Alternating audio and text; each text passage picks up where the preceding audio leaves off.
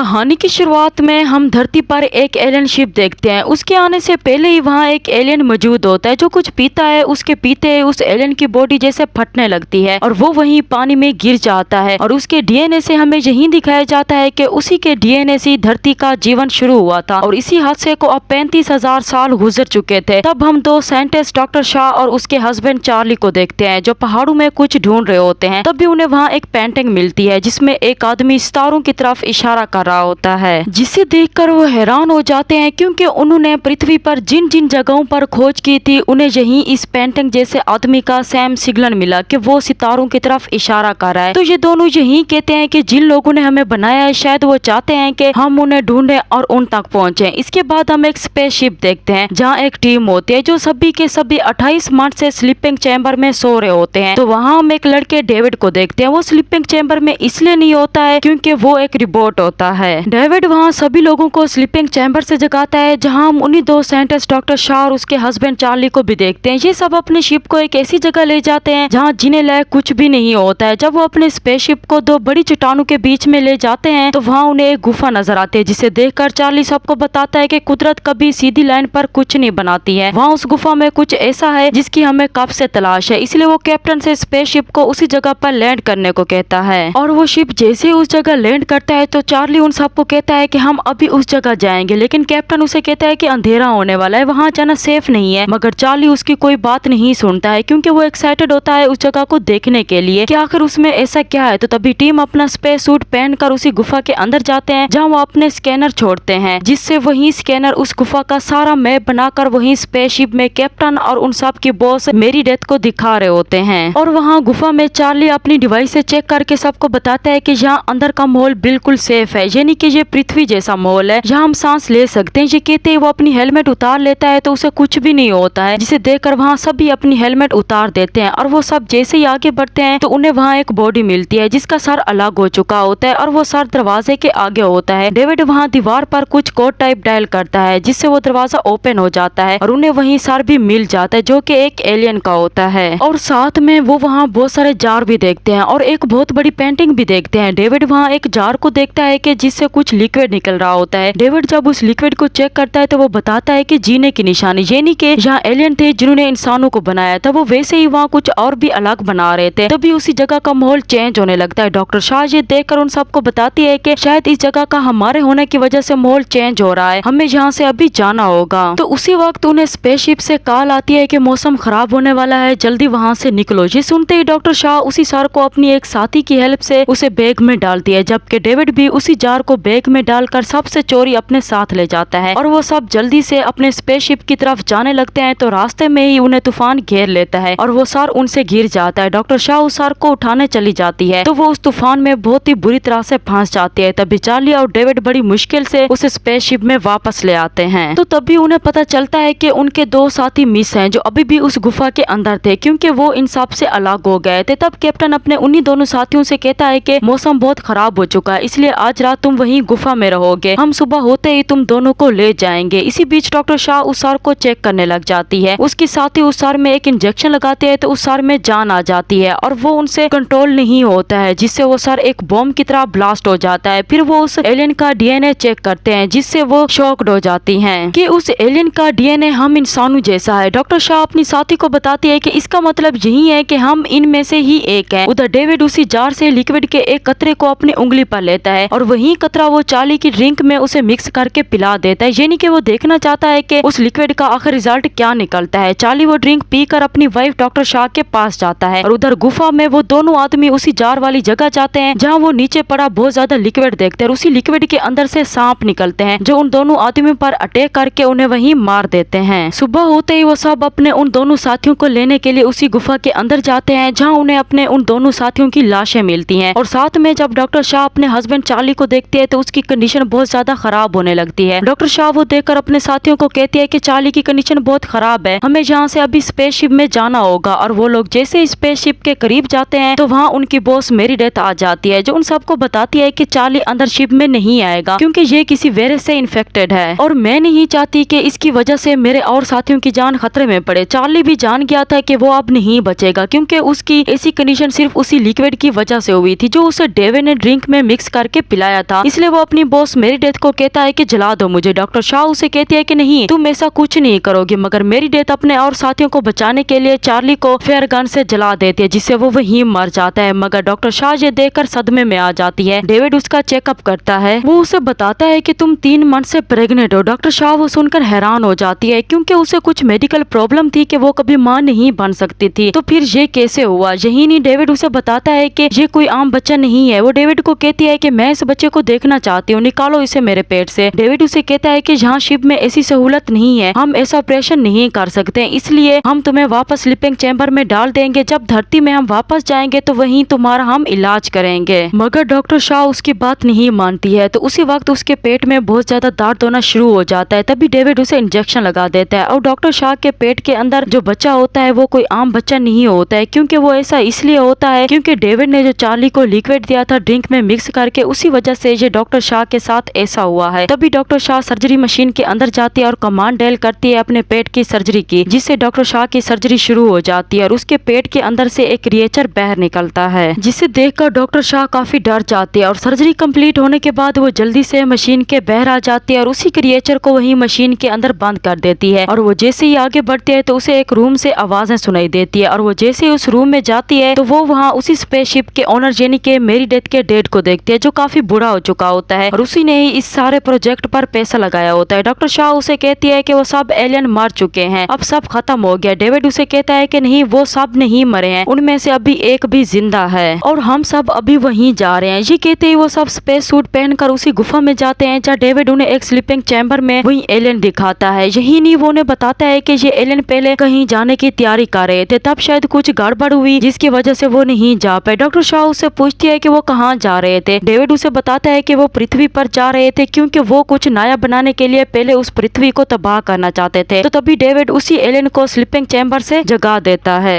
David का boss David को कहता है कि तुम्हें तो हर लैंग्वेज आती है, क्योंकि तुम एक रोबोट हो, इसलिए तुम इस एलियन से बात करो। डेविड जैसे उसे कुछ पूछता है तो उसी वक्त वो एलियन डेविड पर अटैक कर देता है और उसका सर अलग कर देता है। साथ में वो डेविड के बॉस और उसके साथियों को मार देता है। डॉक्टर शाह ये देखकर वहाँ से भाग जाती है। वो एलियन उसी शिप में बैठकर उसे चलाना स्टार्ट कर देता है। शाह उस गुफा से बाहर आकर कैप्टन को बताती है कि वो एलियन अपनी शिप को स्टार्ट कर चुका है, वो यहाँ से पृथ्वी पर जा रहा है उसे खत्म करने के लिए, तुम्हें इसे रोकना ही होगा। कैप्टन उसे कहता है कि नहीं, हम और कुछ नहीं करेंगे, बस हम घर वापस जा रहे हैं। शाह उसे बताती है कि जब वो एलियन पृथ्वी को तबाह कर देगा तो तब हमारे घर भी नहीं बचेंगे, इसलिए रोको उसे। कैप्टन उसे कहता है कि ठीक है। ये कहते ही वो अपने स्पेस शिप को उस एलियन के शिप से टकरा देते हैं, जिससे वो दोनों शिप तबाह होकर नीचे जमीन पर गिर जाते हैं और उसमें शाह के सभी साथी मारे जाते हैं। शाह जब अपने शिप के अंदर जाती है तो उसे वहाँ कुछ आवाजें सुनाई देती हैं और वो जैसे ही सर्जरी मशीन में देखती है तो वो क्रिएचर अब बड़ा हो चुका होता है जो उसके पेट से निकला था। तो उसी वक्त उसे डेविड की आवाज आती है जो शाह को कहता है कि तुम निकलो वहाँ से, वो एलियन तुम्हें मारने के लिए आ रहा है। डेविड जो कि एक रोबोट होता है इसलिए वो शाह से बातें कर पा रहा था, तो वहाँ वो एलियन आ जाता है। तो तभी डॉक्टर शाह सर्जरी मशीन का डोर ओपन कर लेती है, जिससे वो क्रिएचर एलियन पर अटैक कर देता है और उसे वहीं मार देता है। डॉक्टर शाह वो देखकर वहाँ से भाग जाती है और अब वो बहुत ज्यादा दुखी होती है, क्योंकि वो अपने हस्बैंड और अपने सभी साथियों को खो चुकी थी। तभी डेविड उसे कहता है कि हमें यहाँ से जाना होगा। डॉक्टर शाह उसे बताती है कि नहीं, अब हम इस जगह से कभी बाहर नहीं जा पाएंगे। डेविड उसे बताता है कि यहाँ इस जगह पर और भी स्पेसशिप है जिन्हें सिर्फ मैं ही चला सकता हूँ। ये सुनते ही डॉक्टर शाह डेविड के पास जाते हैं, उसे कहती है कि मैं वापस पृथ्वी नहीं जाना चाहती हूँ, बल्कि मैं उस जगह जाना चाहती हूँ जहाँ से ये एलियन आए हैं, क्या तुम मुझे वहाँ तक ले जा सकते हो? डेविड उसे कहता है कि हाँ, मैं तुम्हें वहाँ लेकर जा सकता हूँ, पर तुम वहाँ जाना क्यों चाहती हो? डॉक्टर शाह उसे बताती है कि पहले उन एलियन ने हमें बनाया, फिर वो हमें मारना चाहते हैं, क्यों? इसलिए मैं वहाँ जाकर ये जानना चाहती हूँ कि वो हमें मारना क्यों चाहते हैं। तब डॉक्टर शाह डेविड का सर अपने एक बैग में रख लेती है और उसकी बॉडी के साथ ही नीचे दूसरे एलियन शिप पर चली जाती है, जहाँ वो उन्हीं एलियन की जगह की तरफ चले जाते हैं। इसके बाद हम उसी मरे हुए एलियन को देखते हैं जिसके अंदर से एक क्रिएचर बाहर निकलता है और वो जोर से चिल्लाने लगता है और इसी के साथ ये कहानी यहीं पर एंड हो जाती है।